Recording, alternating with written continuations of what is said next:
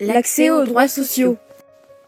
La crise économique dans laquelle est entrée la France au milieu des années 70 se traduit par une augmentation importante du chômage. Nouvelle pauvreté, précarisation en sont les conséquences directes. 12 à 15 millions d'individus sont actuellement en situation de précarité en France et on compte environ 8 millions de personnes pauvres. La perte d'un emploi ou de revenus sont étroitement liées à la perte progressive des droits sociaux. C'est quoi les droits sociaux ? Les droits sociaux sont un ensemble de droits qui garantissent à l'individu des droits et libertés fondamentales. Ces droits sont inscrits dans la Constitution et l'État a pour obligation de les garantir à l'ensemble des citoyens. Il assure leur accès par le biais de services publics liés à la santé, à l'éducation, au logement, à l'emploi ou encore à la justice. Il protège également sa population grâce à des prestations comme par exemple les minima sociaux ou la PUMA, les allocations logement ou l'allocation personnalisée d'autonomie. Selon l'Observatoire des non-recours aux droits et services, l'Aude-Nord, plus de 5 milliards d'euros de RSA ne sont pas versés chaque année à ceux qui pourraient en bénéficier. Mais c'est quoi le non-recours ? Le non-recours, c'est le fait, pour différentes raisons, de ne pas accéder aux services auxquels on peut prétendre. Il existe dans notre pays un nombre important de bénéficiaires qui ne perçoivent pas les prestations que les pouvoirs publics ont instituées en leur faveur. Le non-recours aux droits est en fait la situation de personnes ou de ménages qui sont éligibles à une ou plusieurs prestations, mais qui pour diverses raisons n'accèdent pas à ces droits. Peux-tu me donner des exemples de non-recours ? Par exemple, en 2012, une personne sans domicile fixe sur 10 n'a pas de couverture maladie. Et 1 sur 4 n'a pas de complémentaire santé. Autre exemple, pour l'aide à l'acquisition d'une complémentaire santé. On observe dans ce cas un taux de non-recours de près de 70%. Enfin, avec le tout Internet, un Français sur 5 peut se retrouver exclu des aides sociales de base et risque de devoir renoncer à ses droits. En effet, la CAF, Pôle emploi ou encore la Sécu orientent quasi systématiquement les usagers vers leur site Internet.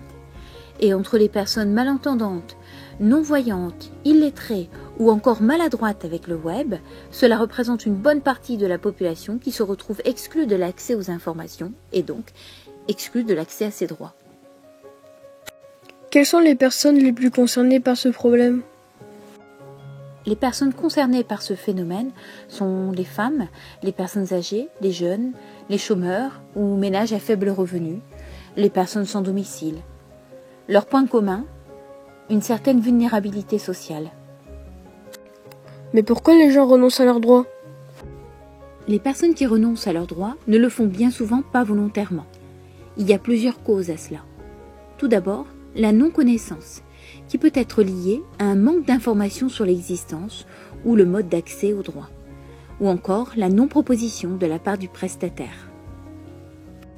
Mais cela peut être aussi lié à une non-demande, à cause d'un découragement devant la complexité de la démarche, ou parce que l'on a des problèmes d'accessibilité, si l'on habite loin ou si l'on ne peut se déplacer, mais encore parce qu'on a des difficultés pour exprimer ses besoins ou que l'on craint d'être stigmatisé. Pour finir, cela peut aussi être lié à la non-réception de la demande. Les causes sont multiples. Par exemple, la personne abandonne sa demande parce que les démarches étaient trop longues ou alors par inattention. Ou bien encore à cause d'un dysfonctionnement du service prestataire. Cela a-t-il des conséquences sur la population ? Cela entraîne en effet de nombreuses conséquences pour la population. Les prestations sociales représentent un salaire indirect et leur non-versement a une incidence sur le niveau de vie des ménages. Les non-dépenses liées au non-recours pourraient être considérées comme des économies, mais en fait, elles induisent un surcoût à plus long terme pour la collectivité. Et les dommages sanitaires et sociaux engendrés par ce non-recours reviennent ensuite peser lourd sur le système social.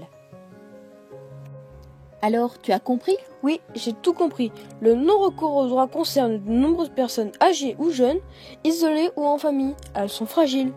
La précarité, la pauvreté et l'exclusion sociale sont des facteurs aggravants du non-recours aux droits sociaux. Il y a plusieurs raisons à cela: manque de formation et d'information, problème de compréhension de la langue, difficultés matérielles ou encore crainte du regard des autres.